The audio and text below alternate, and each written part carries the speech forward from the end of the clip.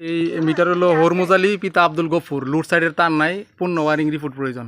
লুট সাইডের তার নাই, ঘর অবস্থ এই যে মেন সুইচ টেন কিছুই নাই, মেন সুইচও নাই, লুট সাইডের তারও নাই।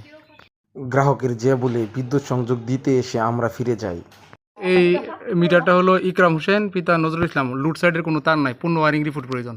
যে মন মিয়া পিতা হলো হরমুজ আলী। লুট সাইডের তার নাই, ওয়ারিং টোয়ারিং নাই, ভিতরে মেন সুইচ টেন সব খোলা, ভিতরে মেন সুইচের কিছু নাই, সব নিয়ে গেছে ভেঙে। এই মিটারটা হলো কবির হোসেন পিতা হরমুজ আলী। অরক্ষিতভাবে বুট মুট কিছুই নেই, মেন সুইচ কিছুই নাই।